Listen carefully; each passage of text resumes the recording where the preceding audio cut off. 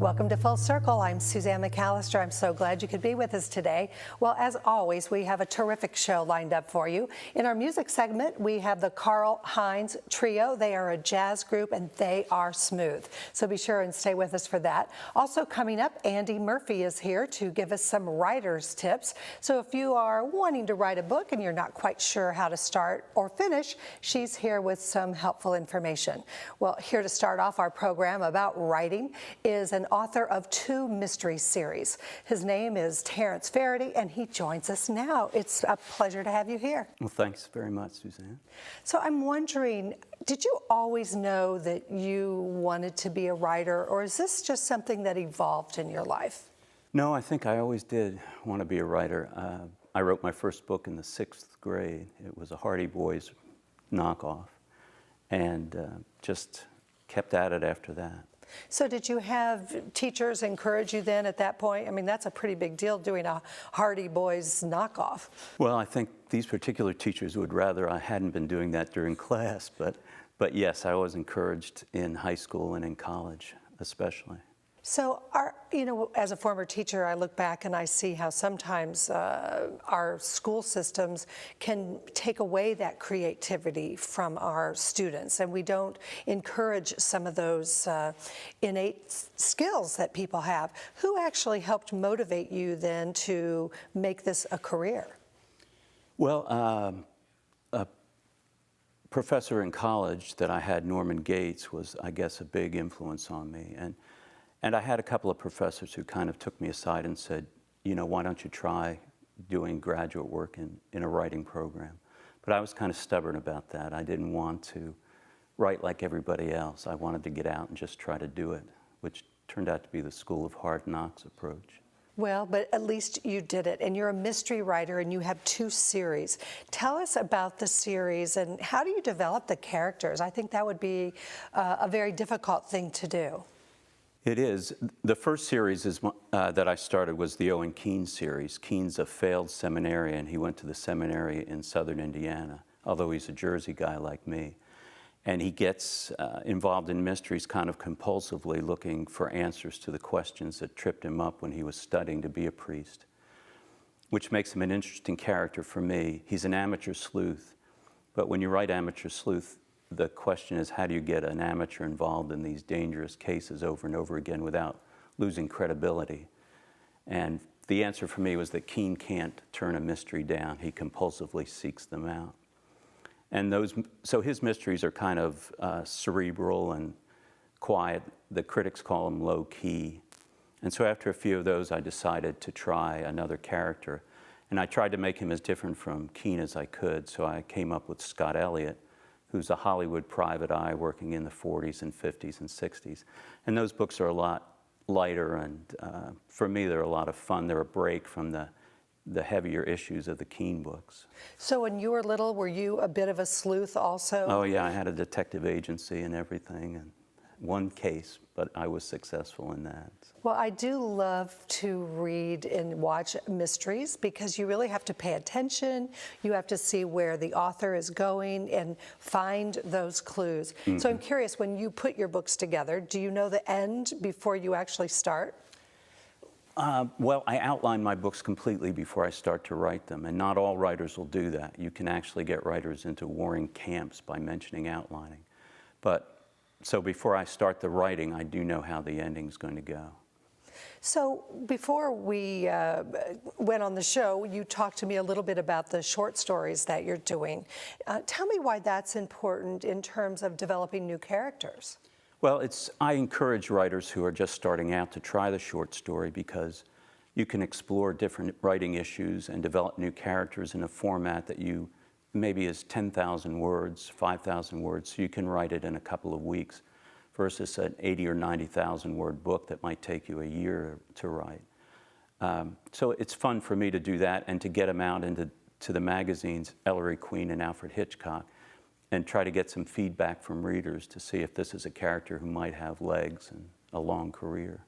Well, you talked about getting feedback from writers. Is it a good idea if someone is starting their own book to get feedback from people they know? Or do you find that sometimes getting feedback can just make somebody shut down the creative process? You know, I think it's going to vary from writer to writer how thick-skinned you are. But I know some professional writers with a dozen books behind them who will not show a manuscript to anyone until they think it's ready to go and ready to send to the publisher. And other people are firing out chapters for feedback all the time. So I think if you're as an individual as somebody who is going to take it too much to heart and put the book away if someone discourages you, then I would say keep it to yourself. But I personally like to have the feedback. All right, well, you've heard it from professional mystery writer, award-winning mystery writer, Terrence Faraday. His website is up on the screen if you want to find out more about him. But don't go away, we are back with Andy Murphy and Terry after this.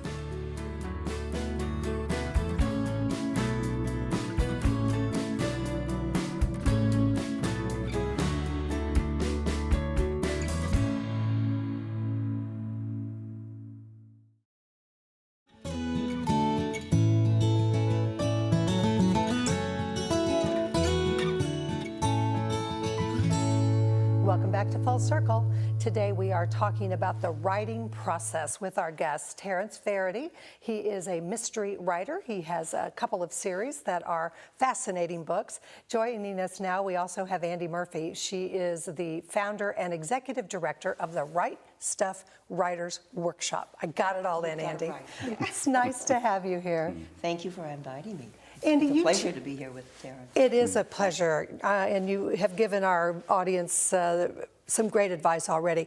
I want to start with Andy. Can anybody be a good writer? Is it a matter of learning the process, going to workshops, or is it a real gift that perhaps some of us will never be very good at it? You know, that's a very interesting and good question. And from my experience, I think for an individual, if you have that passion and you really want to be a writer, I do believe it's a profession that you have to engage in, and you have to learn about it, and you have to go through. And I mean, I'm forever taking workshops, and just to learn and continuing to learn and to learn from other people. You read a lot, so I do believe that some people have an absolute gift that it comes easy for them, and everything they do turns into a golden career for them, but others have to work at it a little bit harder. And so it just depends on the person. I do believe investing in yourself if you want to be a writer, and that means going to workshops, taking classes, mixing with other people who have the dream and love of what you do. That is the supportive. Writing's a very singular occupation, so to speak. Most of the time we're alone. So when you step outside that box and you're with other writers, that creative juices, they flow. You and I, we all agree that when we're around creative people, it kind of gets you going again. Sure, we really play off of each other. You do. I read in your bio, Terry, where you did take some workshops. How were they helpful for you? And also address what Andy said, that writing can be a very lonely career. Well, I like the workshops for the feedback from the other writers because writing's a little bit of a encrypting process where you think you know what you're getting across in your writing, and then the reader reads something completely different or can read something completely different. So it helps to have a group of writers who are sympathetic to what you're trying to do, who can tell you whether your message is getting across. And I do agree with Andy that it is such a solitary profession. Especially for a novelist, you can be working in the world of a book for 8 or 9 months, and you need to get out of that once in a while and to talk to other writers, not just about writing issues, although that's very important, but about career issues too, to find out that you're not the only one who's having agent trouble or learning how to work with an editor. I mean, everybody's dealing with the same problem. And that's important that you bring that up. And Andy, why don't you talk a little bit about the various professionals that will assist a writer getting their book on the shelf? Well, as you know, I do the Right Stuff Writers workshops, and we bring in professionals across the board that are involved in the world of publishing. I have editors, we have illustration individuals who illustrate books, pagination specialists, publishers. It takes a family. It's like a village. The hardest part, sometimes, you think it's the hardest part, is writing the book, when in fact, it's after the book is written, and that process of making sure that it's well defined and polished. And if you have no clue, as a rule, a first-time novelist does not have any say-so whatsoever with the publisher about the book design or how it's laid out, whatever, if you're traditionally published. If you're going into that new world of self-publishing and digital publishing, you are your own business. So you better know all of the elements what it takes to produce a good product. Because the last thing you want to have happen is to write a good story, but then not have it edited correctly or designed, or the pagination is all off, the margins are off, and you pick a cover and a title that has absolutely no relationship to the book itself. Yeah, you know, that's always fascinating to me. You know, they always tell you don't judge a book by its cover, but we do. You know, we judge it by its title, too. How did you go about the process? Tell me the titles of some of your books, and I know you have a new one coming out as well. Well, the Keens are Dead Stick, Live to Regret, The Lost Keats, Die Dreaming, The Ordained. I mean, they kind of reflect the religious or spiritual aspects of some of the stories. The Elliots are Kill Me Again, Come Back Dead, Raise the Devil. They're reflect the action part of the Elliot series. I've had editors tell me to rename a book, which is very difficult. It's like having the school send your kid back on the second day of kindergarten and saying, rename this kid. We've got too many Richards in there. This is your baby. You don't want to rename it, no. But did you? Oh, yeah, I did. Of course, that's what Andy was saying. Because, you know, you're working with the editor and you want to pick your fights, is what I always tell students. But as far as the covers go, as a beginning writer, as Andy indicated, you don't have any say, so you take what you get, and there can be a lot of wailing and gnashing of teeth about covers.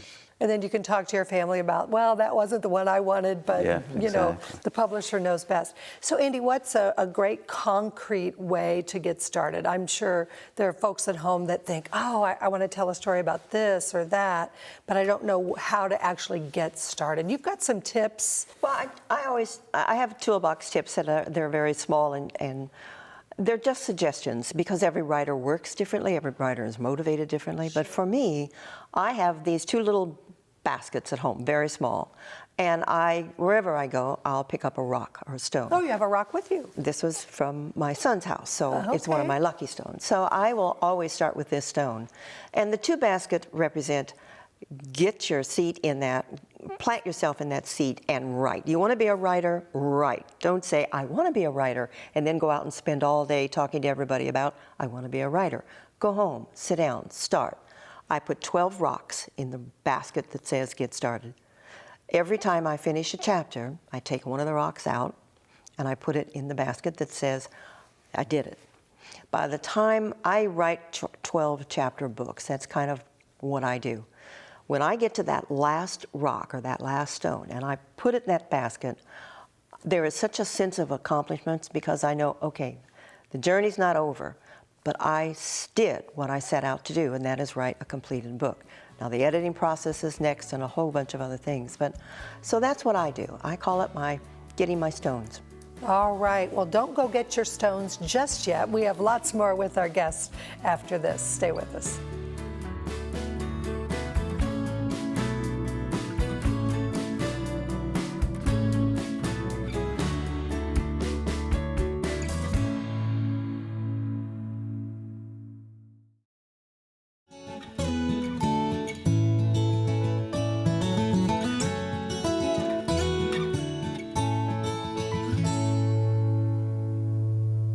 We are back. We're talking about writing on today's program. We have two websites up on the screen for further information about our guest, Terrence Faraday, and also Andy Murphy. By the way, she is the mother of Ryan Murphy, who is perhaps best known for Glee and Popular and Nip Tuck and what more can I say? So creativity certainly runs in the Murphy household, to say the least. Well, I can't take credit for any of it. He's just a person of his own self. He's tremendous. Well, and he has a great mom. I've known you for many years, so I'm going to put a good plug in for you.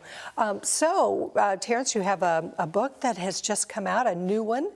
Tell me about this book of yours. It's called Eastward in Eden, and it's the 8th Owen Keene novel. And in it, he is in Africa. He's visiting a friend from the seminary days who's a missionary in Kenya and gets involved in a murder there, of course. And so it was a lot of fun to write.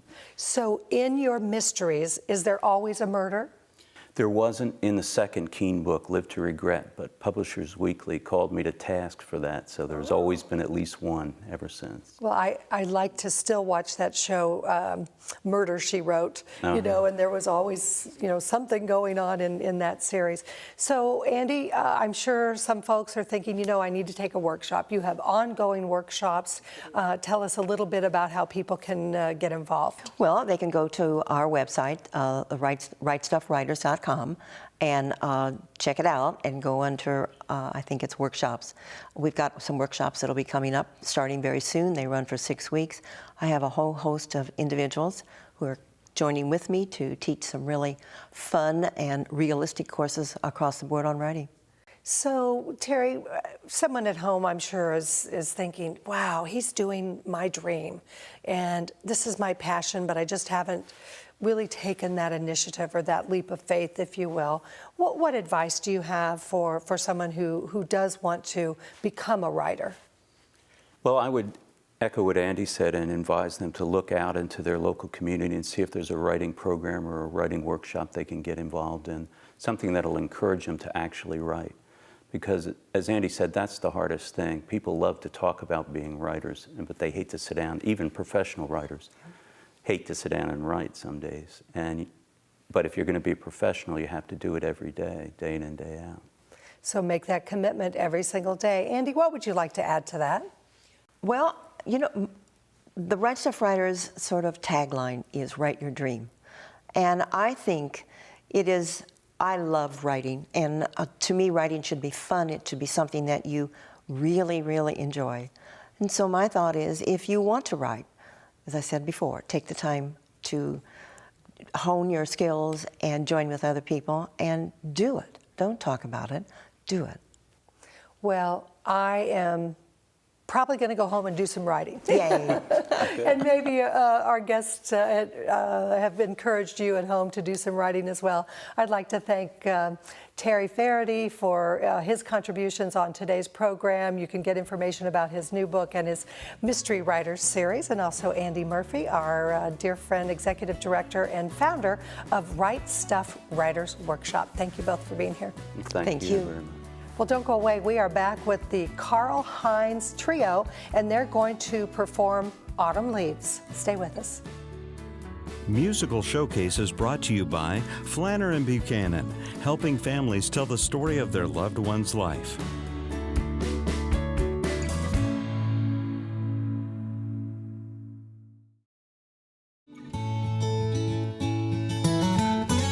Musical Showcase is brought to you by Flanner & Buchanan, helping families tell the story of their loved one's life. Welcome back to Full Circle. It has been wonderful spending time with you today. And in this segment of the program, we always spend time with you with music. It's my pleasure today to have the Carl Hines Trio with us. We have Carl Hines, Steve Warner, and also Ray Cumberland. They're here to perform Autumn Leaves. I'm Suzanne McAllister, and we'll see you next time, Full Circle.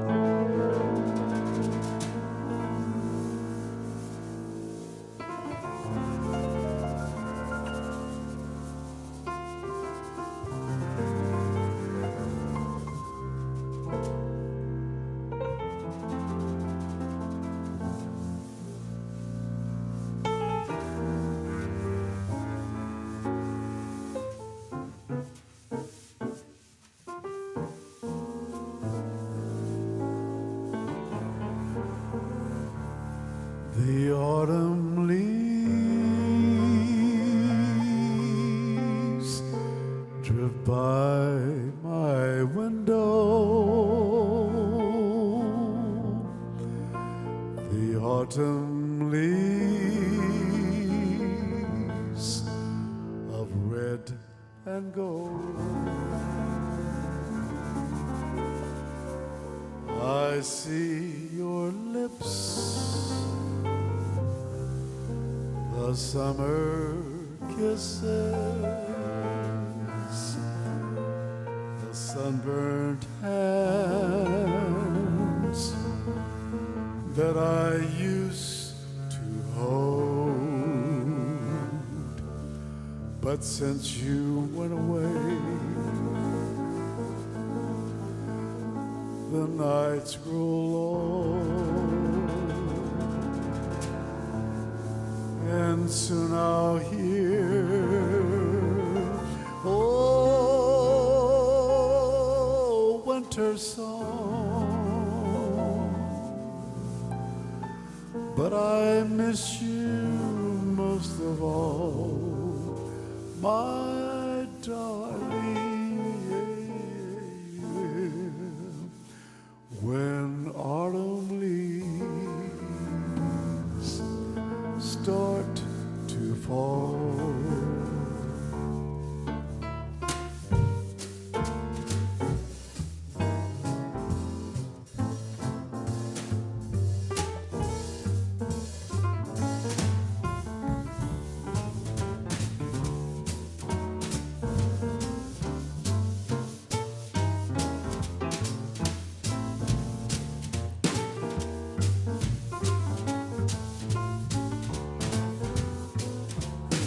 but since you went away, the nights grow long, and soon I'll hear, oh, winter song. But I miss you most of all, my darling, when autumn leaves start to fall. Closed captioning provided by Hear Hear. Hear Hear, discrete hearing solutions at affordable prices. 317-731-5386.